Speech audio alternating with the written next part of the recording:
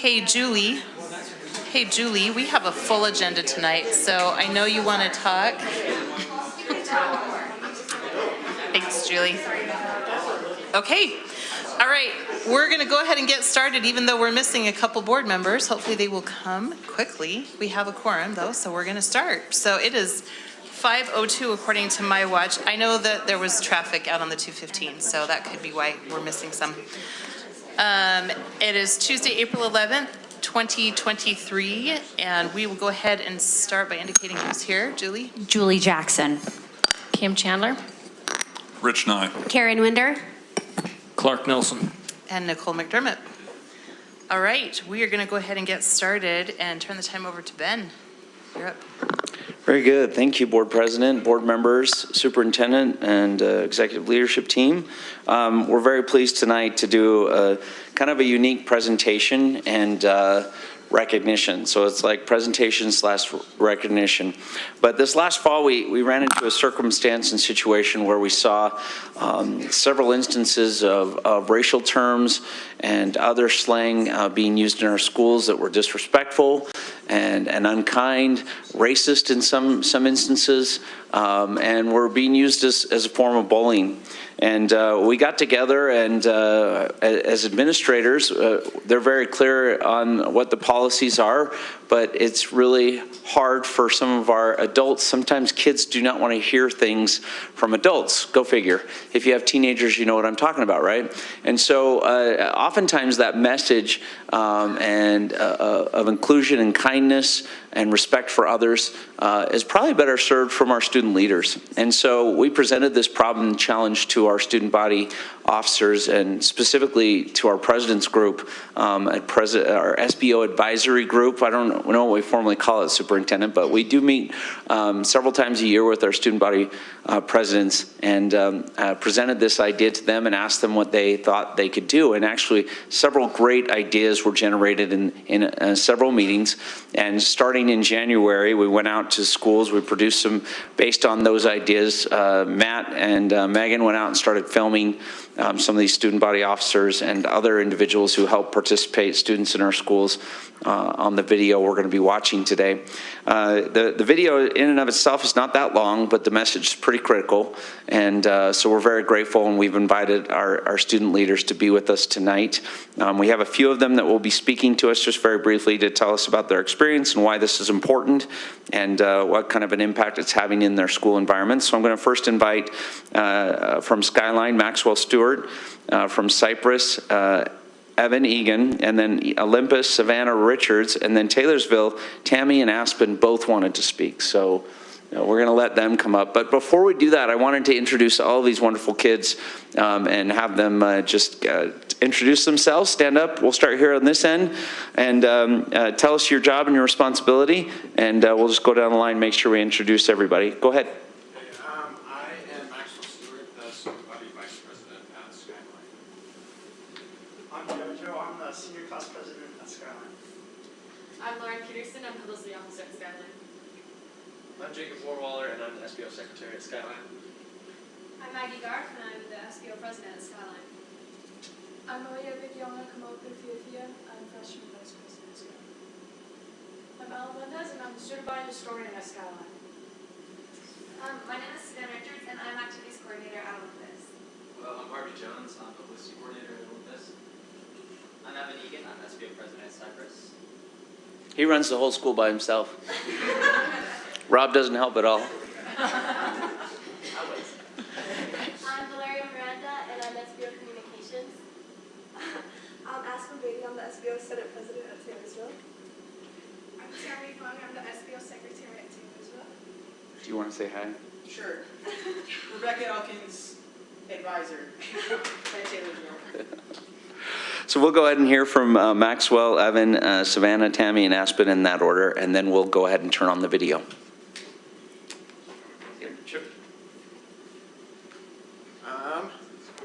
So I just wanted to talk about how awesome of an experience this was. It was so fun to have the district reach out to us. They came and we had we had a big part in coming up with a lot of the script, which was super cool, to work together with our advisor and all of our officers to come up with the script, because we thought this was such a fantastic idea and a message that really needed to be heard. And we love the idea of having the student body officers do it, because it's just so much more powerful when you have those words come from your peers and from those around you, because you know that when your student leaders and when your friends care about these issues, then you start to care about these issues. And it was really cool to see these student leaders just come together from all across the district to make this video that turned out so awesome. And we are just so grateful to have been a part of it. Yeah, thank you.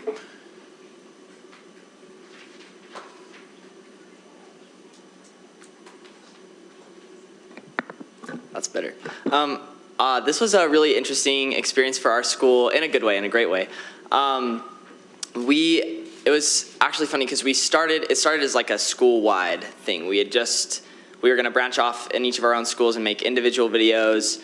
And already I could tell that it was going to have an impact. It was very true that like an administration could only do so much to pass on the message, but we felt like I agreed when it was addressed to us that we needed to, as the student body officers, reach out to our peers and let them know of the issue and that it would have more effect. And so immediately I was able to come home from that meeting and talk with my SBOs about it. And already, like, not only was it about like racial slurs and disrespectful language, but immediately I could tell that all of my fellow student body officers were very concerned about inclusivity, and it turned into not only just stopping racial slurs, but like slurs towards people with disabilities or slurs towards the LGBTQ community. And in general, our school has a very diverse population, so it was just really cool to see how many ideas were coming from my fellow student body officers. I can't take that much credit because they really came up with so many good ideas. But then we were able to talk with Ms. Ibarra about it, and then it became more of a district-wide thing. And I remember the first time watching the video and like seeing like all of the schools film but put together, and it was just really cool to see how unified our district was, even though we have such different schools, to see like the same message being spread around the district. And our school, before it turned into a district-wide project, were able to reach out to our other clubs and groups around our school. And even though we didn't end up making that school-only video, we were able to get other groups involved, and like, even though they weren't able to be super involved in the process as much, like I could tell that the message was getting around to the other groups, and it was really cool to see the awareness that spread. But I wanted to, even though they're not here, wanted to thank my student government and also Superintendent Nye and everyone else who worked with us to make that happen, because it was really awesome.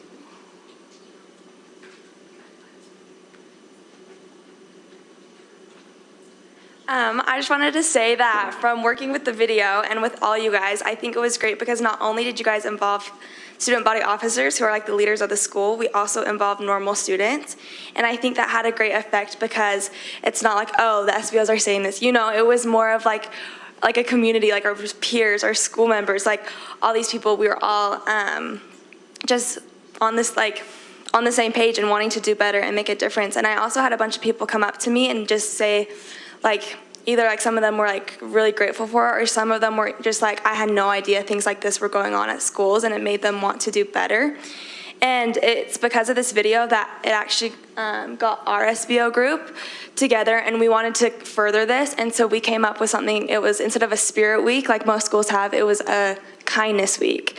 So throughout that week, we promoted kindness, and whether that be like writing notes at someone for lunch and then we'd go deliver them, or just like we challenge them every day to either like text someone or things like that all throughout the week. And I feel like that really just bonded the school, and throughout the whole week it was just like a happier, like more go-lucky vibe, and everyone could notice that like it made a difference. So with that, I'd just like to say thank you for that video. I think it was awesome.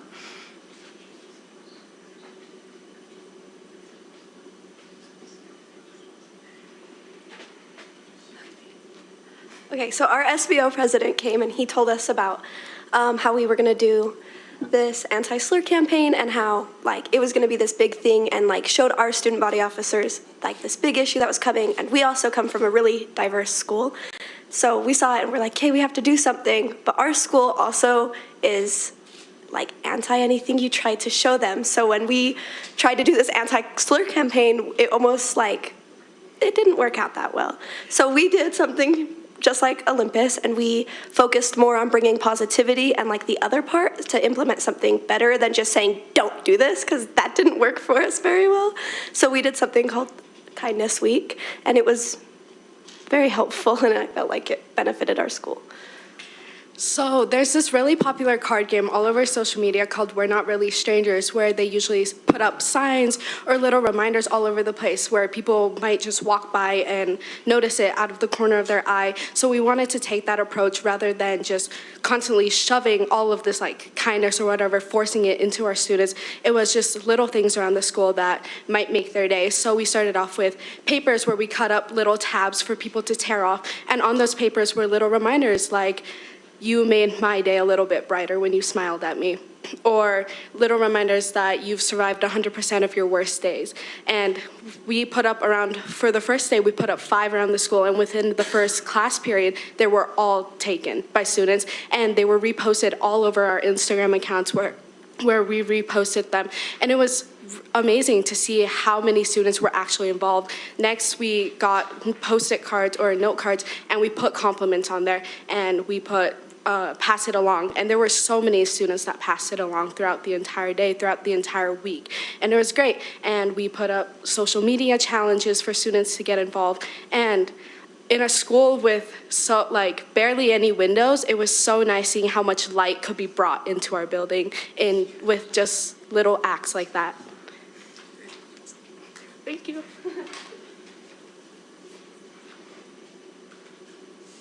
Hello, I'm Ashley Hastings, the student body president at Kearns High School. I just wanted to start with saying thank you for allowing us to help with this project and for giving our input so much. And it was such a good opportunity to be here and to share our thoughts with you guys. I just want to start by saying that this video that we made, it really showed me how much we reached out to the whole community of Granite District. My mom's a teacher at Diamond Ridge Elementary School, and she had other teachers, her principal, she even showed the video to her students, and they're like, hey, look, there's our teacher's little daughter. And I'm like, yeah, it was cool. Also, my coworker also saw the video. Her daughters are in an elementary school over in Taylorsville, and she was like, hey, I saw you in that video. What was that all about? It was on Facebook. And I kind of explained to her what we've been working on and everything that we've been doing to help with this anti-slur campaign, and she was pretty impressed. This anti-slur campaign is more focused towards the high schools and junior highs. So I kind of explained that to her and told her what we had been doing and how we're trying to help stop all of this negativity in our schools. And she was really impressed by that. And so I think it reached a good part of the community in more than one way.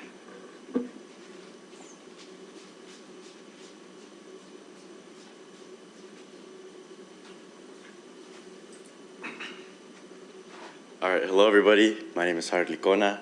I apologize for the appearance. I just got out of soccer practice, but I thank you guys for your time and attention. But narrowing it down to Cottonwood, I think the movement was such a great success for us. Obviously, Cottonwood's one of the more diverse schools, and I think just due to that fact, it allows for more racism, which is kind of hard to say and a hard fact, but I mean, it's a reality that we did face it. But through this movement, I think it's something that we were able to conquer and really minimize. I think to really reach our audience or reach our students, we narrowed it down to our own movement. I know the district came up with their own, but we narrowed it down to acceptance starts with you, and with the U was our horseshoe because we're the Colts. So I feel like just using that and we were able to really connect with our students. It didn't feel such as a broad idea that was oh, it's the district. There's a big gap. So we narrowed it to a school thing where it's if you can't accept yourself, you can't accept other people. So we put up posters all around the school. We teamed up with our peer leaders, and what they do is that every month they come up with the theme. I think there was ownership, taking ownership of your actions. It ties in with being respectful and responsible. So throughout these months, we have the different activities during lunch where we promote these ideas and obviously unite a little closer. But that's what we have from Cottonwood. Thank you for your time. Hi, I'm Aaliyah, and I'd like to say thank you so much for doing this. I'm part of the Black Student Union Club, and I'm part of a Polynesian community. And for years, on a personal level, I have been aimed for this color of my skin, and for years, I did not know what I should do. And people do not notice of this, and I'd like to say thank you so much for taking this action, because you're bringing attention so much to not only me, but so many people around Utah that have experienced these stuff. And for years, I have been going through day after day wondering what change that I could do. And knowing that people from different schools are also coming together to help with this really helps me. Even though I'm a freshman, I am very happy to know that something so little can change something that can affect someone's life. And thank you so much. Thanks to all those individuals. We had a few of these individuals join us, so I want to make sure they get introduced. Can we start with the Kearns officers, then go right down the line, and just stand up and introduce yourself, what your responsibility is at your respective school. Hi guys, I'm Ashley Hastings, the student body president at Kearns. I'm Melanie Flores, the student body secretary at Kearns. I'm Priscilla Tales, I'm the student body unity vice president at Kearns. I'm April Farnsworth, the student body chief publicist. Jairo Licona, SBO president at Cotwood. My name is Liz Alvarado, and I'm the SBO vice president for Cotwood. Very good. We're going to watch the video now, and then complete the recognition. We'll have a big picture there at the end and allow the students to come and shake hands.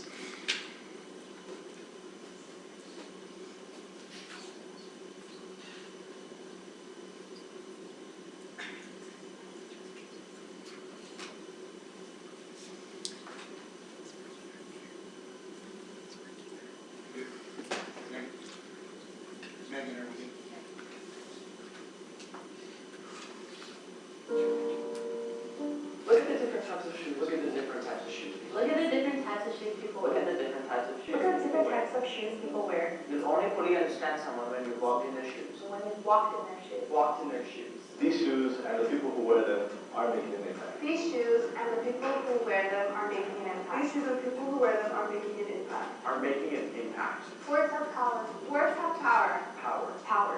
Power. Words can build a person up. And words can tear a person down. This girl told the other girls not to hang out with me because I had small eyes. I was being nice and sharing my food to this guy. I thought he wanted some. Then he looked at me dead in the eye. And he was like, "Is this dog?" He said that because I was Asian. We can stand together. Stand together. We can stand together. Speak out. Speak out. We can stand together, speak out, and stop the use of slurs. Slurs can take many forms. Rumors. Rumors, jokes, Jokes.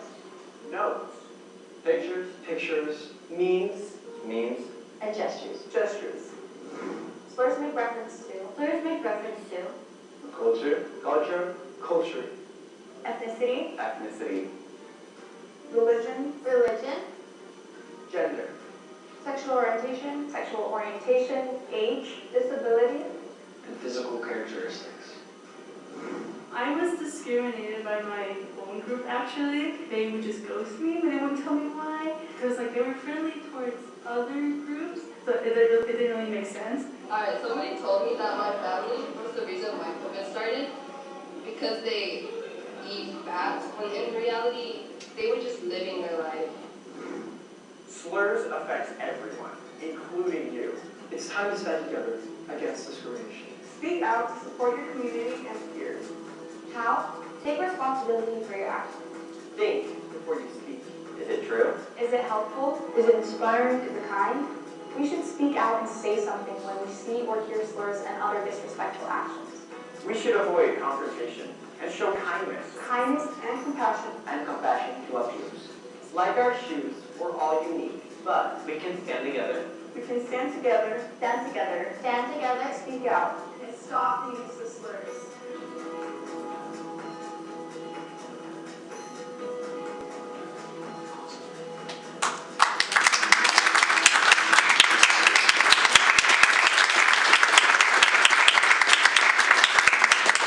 I just wanted to thank Rebecca Spence and Megan and Matt. They were kind of spearheaded this project for us. But if you had questions for these great students, we'd like to be able to entertain them. I'm sure they would love to answer some more questions, right?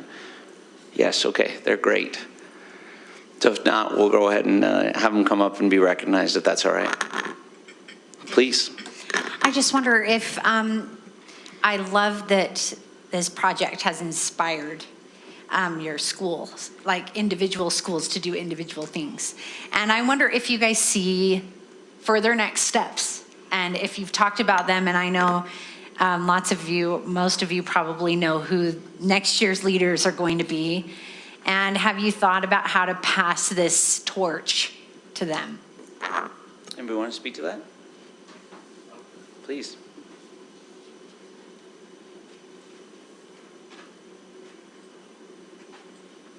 So I hopefully don't sound like a broken record, but Conwood is very diverse. So I think looking back to years prior, maybe the SBOs weren't as, you could say, mixed. There wasn't much diversity there. But kicking off with my year, we started becoming very diverse, and leading on with the future SBOs that were already announced. Just looking at the group itself, it's a very diverse group. There's different cultures and backgrounds there. So I think having them lead the next year and the next stage for Conwood is a really good step into, maybe keeping the customs that we've created already and creating some new ones that can just promote more unity and more acceptance at our school. That's what I have. Thank you. Any other questions? I want to point out that I accidentally recognized an assistant principal instead of Rebecca Barra from our equity department, so I apologize for that. Yeah. Was there a transfer we didn't approve? Okay. Superintendent, do you have some thoughts? Yeah, just briefly, I want to express how proud I am of this group.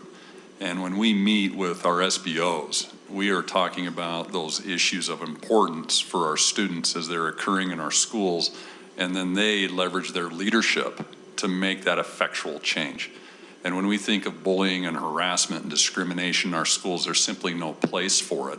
But how do we engage in such a way that can lead others to a better experience on our campuses, and not only our campuses, but setting the example within our communities as to what it is that we want and what it is that we need for our future, for our students, for their families, and for generations to come. So I'm so pleased and grateful for their leadership, for us being able to have those candid and sometimes difficult conversations, but they lead to good outcomes. And so from the heart of a grateful superintendent, I thank you for being able to have those conversations and help us understand what it is that you're experiencing on your campuses, so we can work together to create the type of campuses that all of our students want to come and enjoy and be part of. Thank you. Why don't we come on up, guys?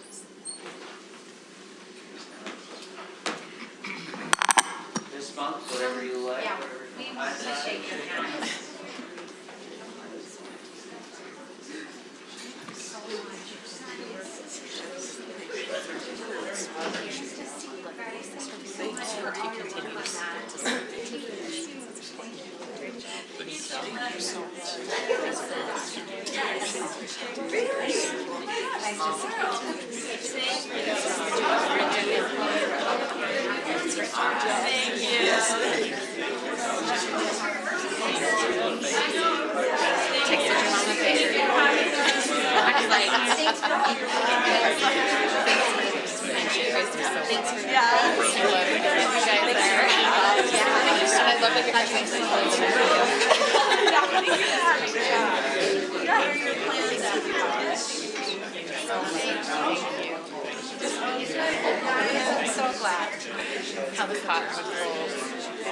Thank you. Soccer going well? Yeah, I finally got to enjoy some sun.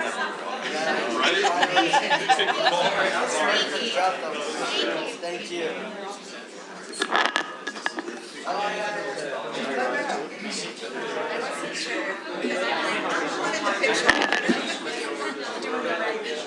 Thank you.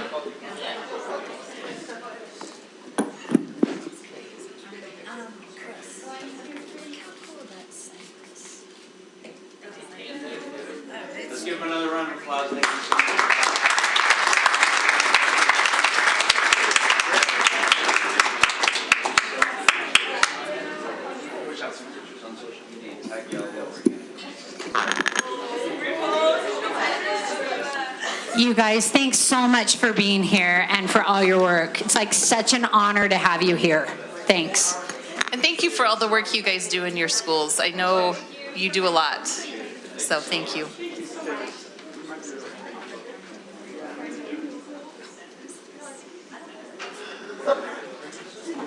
All right, thanks for coming, you guys. We really appreciate it.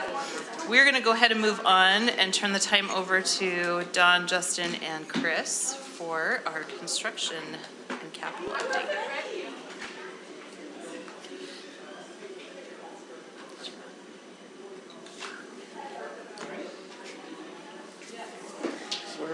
Chris will probably come up after.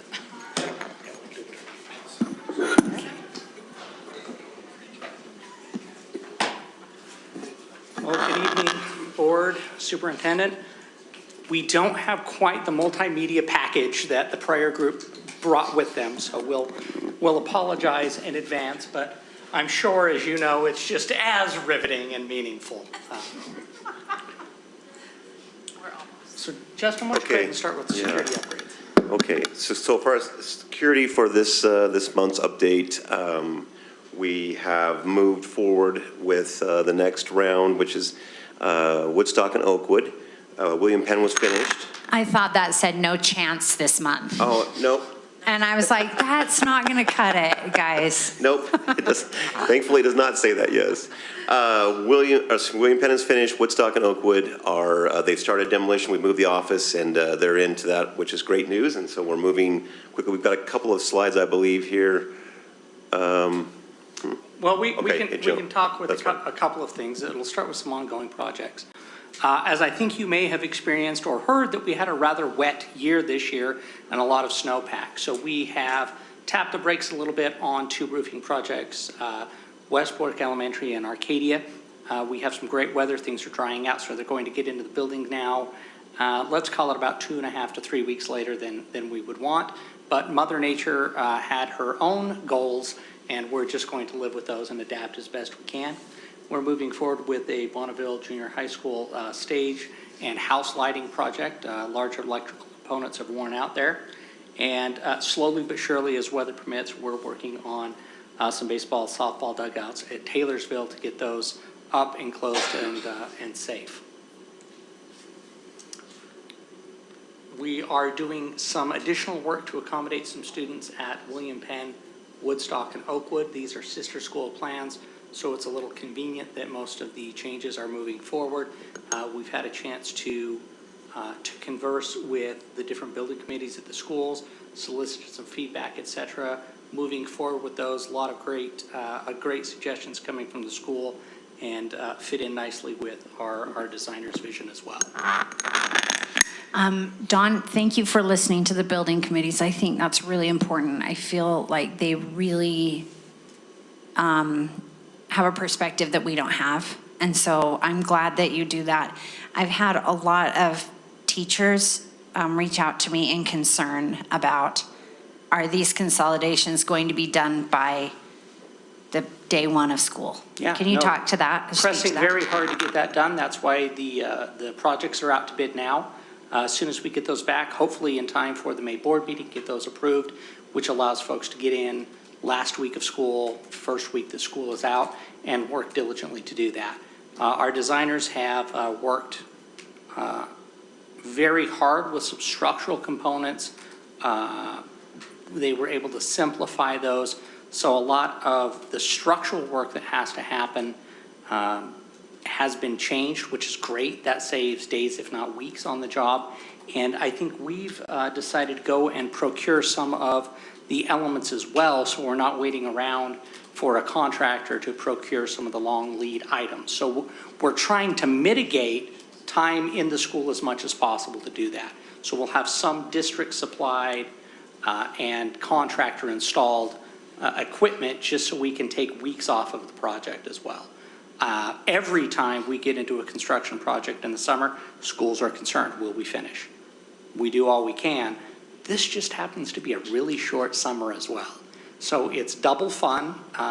Right now, we're projecting that we'll finish, some will say hours before teachers come in. Some will say hours after, some will, I mean, we're coming in right as close to the deadline as we can. Without a doubt, we will be. Security, Justin? Yeah, so I think I mentioned that. We'll just jump to the slides and I'll walk you through that. There's just some fun slides showing the new opening there on the right where we've cut into that CMU wall, and there's a new structural beam there on the left that will support the new front doors. So you can see progress has already started there at Oakwood and Woodstock, very similar. We show in this one, there's the opening again through on the left, and on the right, we've added a temporary corrugated walkway that leads into what was the faculty lounge, will be the main office for the next 3 or 4 months at both Woodstock and Oakwood. So there's kind of some progress on those two. At Cottonwood High School, we're working with the grant that Leslie's department was able to secure for a teen center. So this is a new approach for us, pioneered in the state of Utah incredibly well by Davis District.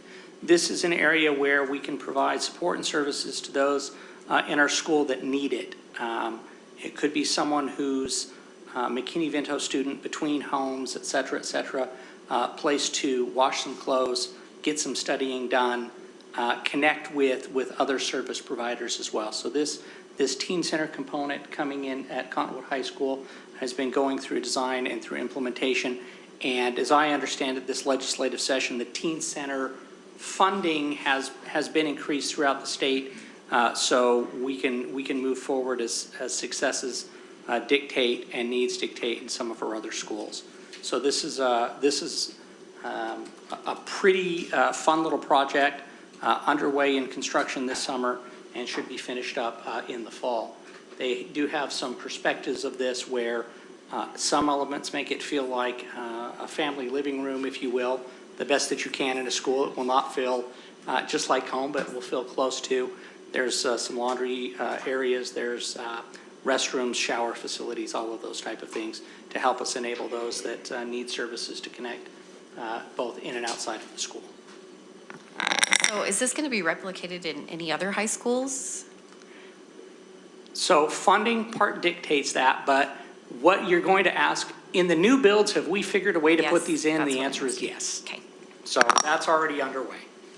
In other existing facilities, as they come online, we'll scratch our heads and see what we can come up with. Again, those small things that are happening out there, boiler replacements that we've talked about at Hunter, Hunter High is getting its controls almost completed. Magna L, working through punch lists. Fox Hills, again, we're doing more control systems as part of ESSER. Copper Hills, 90% done. And then we're getting into Granite Park for its controls. And that one is a hoot of a project. It's an old building. And it's got some creativity to make it work. But the team's going to work its way through. Imminent for this building, redoing all of the chiller controls, et cetera. We've cut some big holes in the building. It got really warm this week, and so all of our schools are struggling to start things up. GEC is among those, but again, the big pumps and drive systems are going in, and we've been reconditioning as much of the equipment as we can. We are still waiting on a couple of parts, so we haven't given an ETA on completion beyond, let's call it sometime in May. This is you. We're excited to announce that there's 3 football fields that will be redone this summer. That's Olympus, Kearns, and Cottonwood.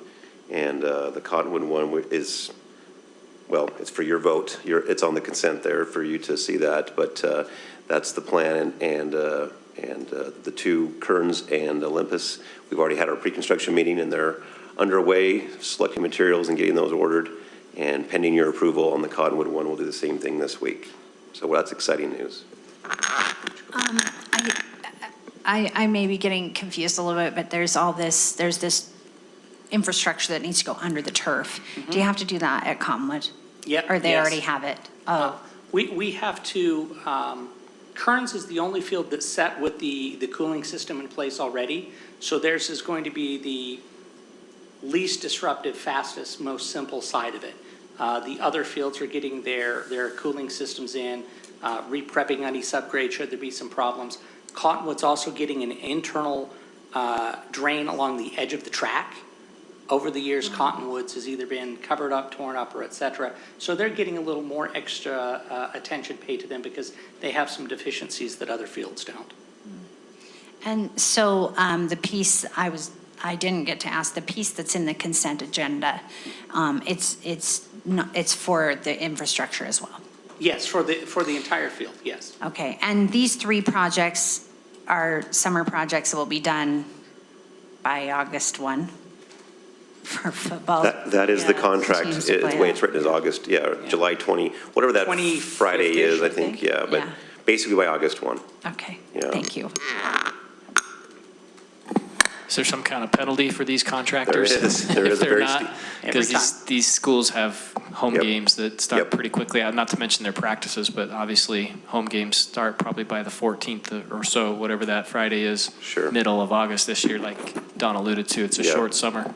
Yeah, they like to do their inter-squad scrimmage as well, and I know that's a big deal. So that's why the August 1. We coordinate tightly with the school's administration and their athletic directors, et cetera.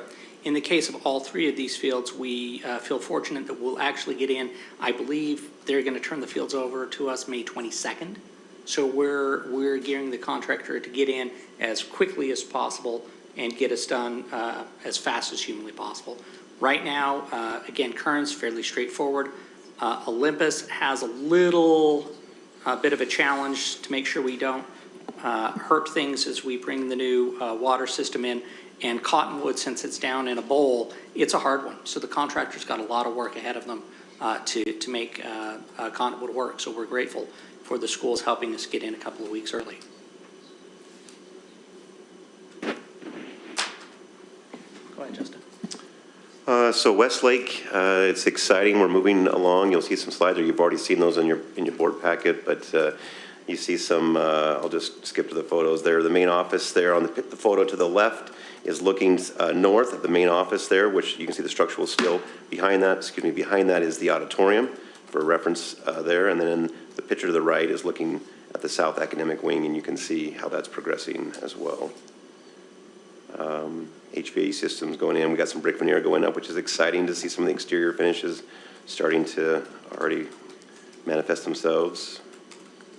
And as far as change orders, there wasn't anything that needed to come to the board level for this past month. We've added one slide to the presentation that you did not get in your packet. And it's a little point of personal privilege that I'm putting this in here. When the earthquake struck on March 18, we began work very quickly. We were inside the building evaluating on the 18th, 19th, and 20th with the state. We brought in the insurance adjusters as early as March 25th, just a few days later. We spent 378 days creating a settlement agreement with our insurance company.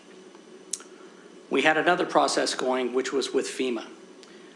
A declaration was signed and put into effect by FEMA and the federal government on July 9th of 2020. We finally received notification on April 7th, 1,002 days of hard work later, that we did in fact qualify for the maximum reimbursement dispersal that they could provide. 17.7 million exciting reasons to celebrate. What I will tell you is that the folks with FEMA were great. They were helpful. They have a bureaucracy that they work within, but given all of that, they extended their kindness, their help, and their expertise to our project. They were consummate professionals trying to help a vertical building get rebuilt and funded in an infrastructure setting. FEMA's great with infrastructure, struggled on the building. We hired some amazing consultants out of GSBS architects. They brought on some amazing structural engineers out of Northern California to assist. The team patiently slogged through many questions from many federal agencies, answered to the best of their ability, quantified the damage. Yes, we can tell you how many linear feet of cracks were in the wall at the old Westlake. Yes, we can tell you that through analysis, a single-story junior high is more expensive to construct than a two-story junior high. We ran multiple cost models, and all through their professionalism, that 1,000 days, it seemed like 2,000, but we're all celebrating today that we're able to deliver some great news and create a funding package that that pays for the vast majority of the construction documents that we've signed. Just for reference, it's just about $1.4 million shy of the construction costs that we're going to undertake. So I have a question, because we had to make a decision on this a while back, Yep. and we enacted an emergency municipal bond. So how does this play into that? We have not executed the municipal building authority bond. We didn't do it yet. We've been cash flowing it. And this, I think, and I'm going to speak for our business administrator, as we looked around at some state funding that became available, we're not going to go for a bond. We don't have to, so we gave you the green light, but because of this recent settlement, we don't need to actually do that. Okay. So, Good. yay. That's awesome. Thanks for your work. But how much is there still? What's the difference? The delta is under or around 6 million, and we have state funding at about 6 million. So we may not truly come out of district pockets for the rebuild and the furnishing of the new school. That's really. You guys just got the cheapest junior high rebuild you're ever going to get. Don't do it again, Mother Nature.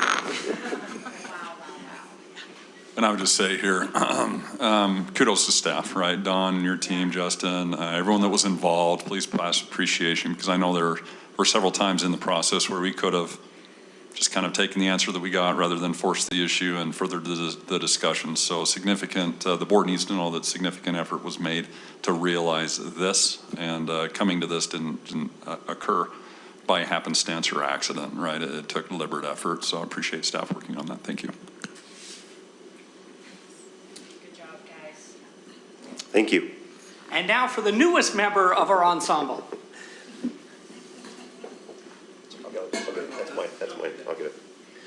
While Chris is pulling up, I just want to take a second, if I can, and just share that we've been working together closely here the last little while, and including just a few minutes ago before the board, to have a meeting about roles and responsibilities, just making sure that our team, their team, our architect, our contractors are working in the same direction. And I feel very adamant that it is, we've only been working together for what, a month or a month and a half, but it's going great.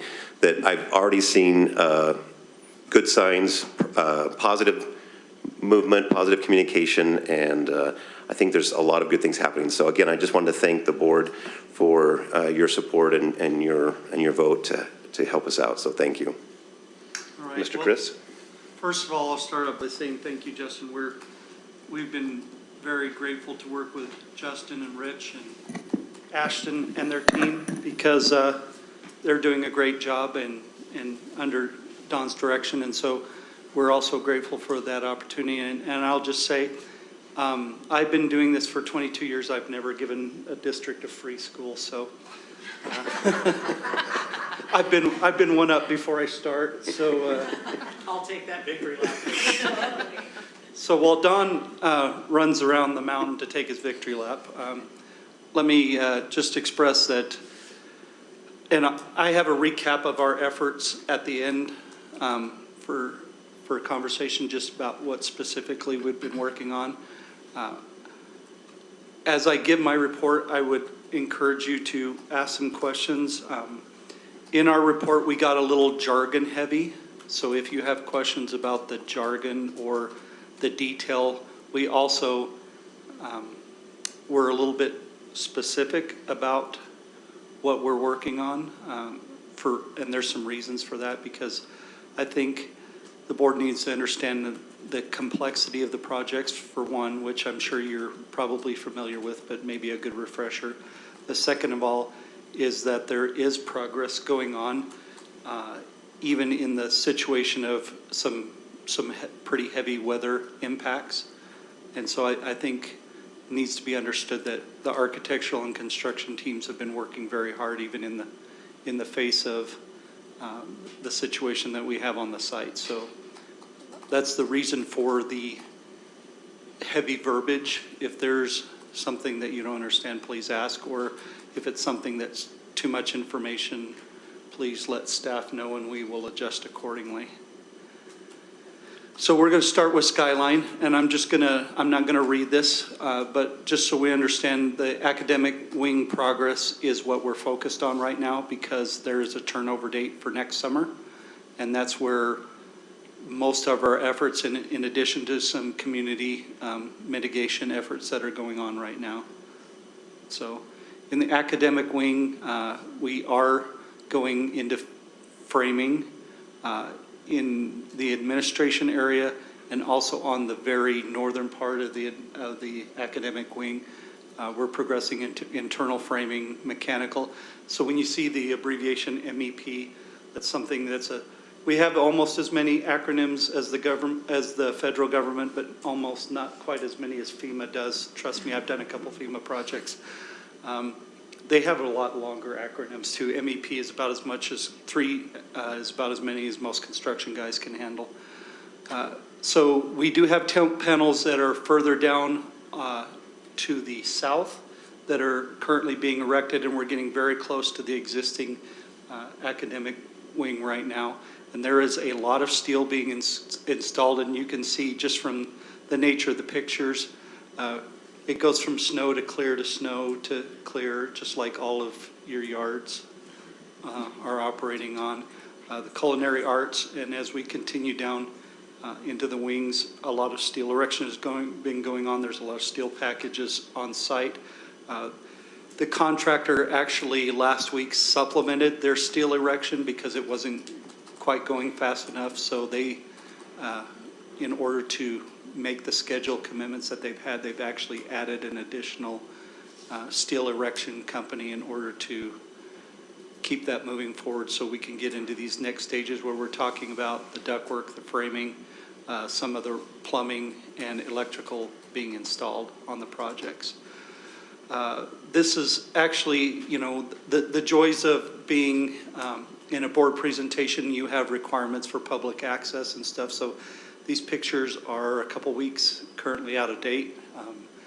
Feel free to come by and see the progress. It's actually quite a bit further along as we're going along right now. Chris, I was just going to say that I was just up at Skyline today, and I can't believe how much progress you've made in a week from that, because it looks very different from this. I agree with you. Sure. And it only takes, and believe it or not, I know that you're probably aware from the amount of snow that we've had, it's melting off really rapidly on the site. And so it almost looks like spring up there. So. I would also say if you happen to find yourself in the faculty lounge, that's a great view, a legal view from a safe distance of what construction is going on. It's kind of a fun place to peer into what's happening there on the site. Okay, I'm going to speed up a little bit quickly. There were 2 administrative changes, mostly related to some items that the district requested at the softball field and at the tennis courts. And those were the only changes that were at Skyline. Cypress, we've been working closely with the military, major mud and general disaster the last few months. This doesn't even begin to describe the level of mud that we've had the last few weeks, but believe it or not, the top part of it was drying out fairly quickly over the last 4 days of sunshine. So there's been, so if you're familiar enough with the site, the major progress is going on at the auditorium and at the academic and at the athletic building, and working towards the middle on the academic wings. So as you see these pictures and you see progress going on, the auditorium is considerably far ahead, and the athletic building is probably the most far ahead at this point, would you say, Justin? So, Don. So what you're seeing is when you see these panels here in the middle that look like we're actually working towards the middle, and the panels are being erected and the steel's being done to connect the 2 buildings to make it all one continuous building. So that's why you're seeing literally mud, site work, panels being erected, and at the same time you're seeing drywall being conducting on the job. We have well over 100 construction workers on a daily basis out there right now of all the different trades, vertically integrated. You have mechanical, some masonry. That masonry is pretty well complete at this point in that particular building. And we have the mechanical, electrical, and plumbing, framing, and other crews being gone along those lines. And there are no changes month currently. So just to briefly talk about, per the request from the board from last month, what we've been working on this month. We do have staff currently full-time at both sites that are working, and working especially in conjunction with Ashton and his, in this, as the inspector staff. There's a lot of correctional work being done right now in terms of things that either Ashton's caught or we've reviewed in terms of quality control and things that are being corrected. We have a deficiency correction log that's been created, and it's being tracked with the contractor to make sure that nobody's forgetting that it needs to be corrected, and it's being done. We've worked with, like Justin indicated, we've worked with the architect and contractor teams because of the sheer enormity and size of the jobs about creating what we called a ball and court list, a prioritization list. If you're going to get 10 things done this week, here's the 10 things we would like to see done, and obviously something comes up on Tuesday or Wednesday that takes a priority, we'll adjust that. But to try to make sure that the most important items are being addressed in the order that they need to be addressed. Some of these things were already being done on the team, but maybe on a more informal basis. We're trying to make sure that everybody's on the same page from a communication standpoint with the most important things done. The district was making a great deal of effort prior to us coming on board about the contractor master schedules, some of which have been changed, but they're still being revised and corrected on some of those items. I know the district was making a lot of effort to get those to align with the contractual time frame. We are still in process with that. The contractors are already making some mitigation efforts to align their schedules with their contractual requirements, and we are continuing to assist them in that regard. And quite frankly, that's kind of been our biggest priority over the last 6 weeks is where are you really at, and where should you really be, and what are you really going to do?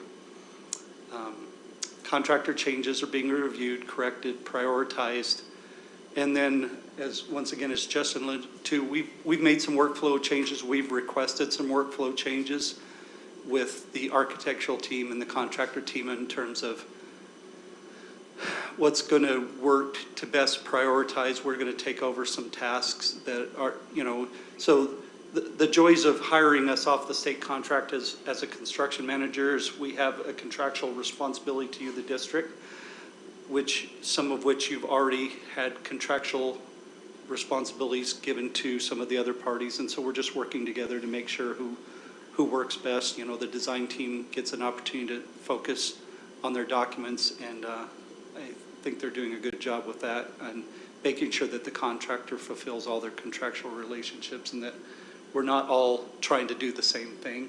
I think, would that be an accurate way to describe that, Justin? And then, I don't know if you could call this work, but certainly just trying to mitigate the heavy weather impacts that we've had on the job sites, and making sure that, so if they're not working this day because of this, what's the first day they can do it, or what's the other mitigation efforts with the other trades? Is there other areas that they can perform other work that they were planning on doing in that particular area? Just to make sure, and that's more of a day-to-day, week-to-week kind of an adjustment. That's not a master schedule update or change. That's my report.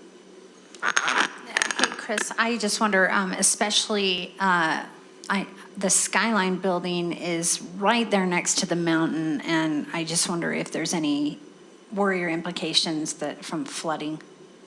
Yes. I mean, possible flooding. I think if you, so I'm not sure if you're aware, so the existing Cypress Auditorium got flooded out a couple of weeks ago when we had NOAA Part 2. And so there's a lot of mitigation on site.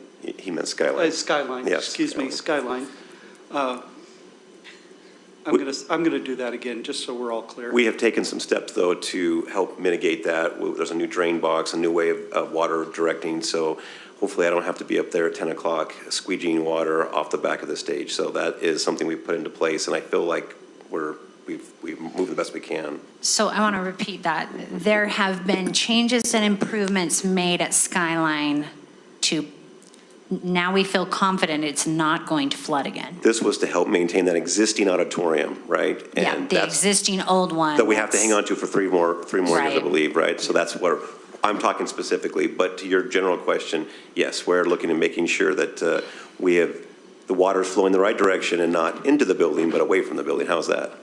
And I guess the questions you ask is very complex because you're talking about a spring runoff issue, and the infrastructure systems that are running in the city are susceptible to spring runoff in combination with a storm.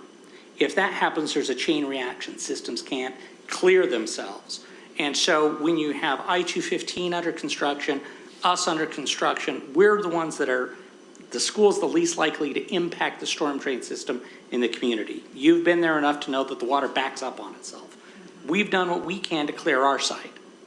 We will say that because of high flood water potential, in the event it mixes with an intense duration rainstorm, we're not going to guarantee that our site won't flood because that's something we can't control.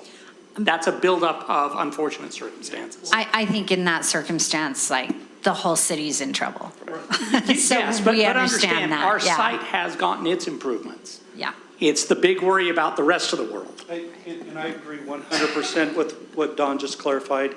And in terms of being able to mitigate flows that come onto the site from other issues, that may or may not be able to handle depending on what the flow is and where it's coming from. And so I would agree 100% with what Don just said with that caveat, that the on-site flows have been looked at, worked on, doing that. We're trying to mitigate as much as possible an off-site flow thing. But once again, that's to say that we guarantee that Fortress Skyline is going to stand. We hope, and we're trying to mitigate that by looking at what might happen. I understand that what I'm about to say is a little bit naive, but I just want to reiterate that in the horrible event that there was a major problem, I just want to remind you that the Skyline community is amazing, and they would respond if we asked them to help us. And if we needed bodies, like, they would show up. They might later say, how come you couldn't get your own bodies? But they would show up there that first day and they would help us. So just like remember that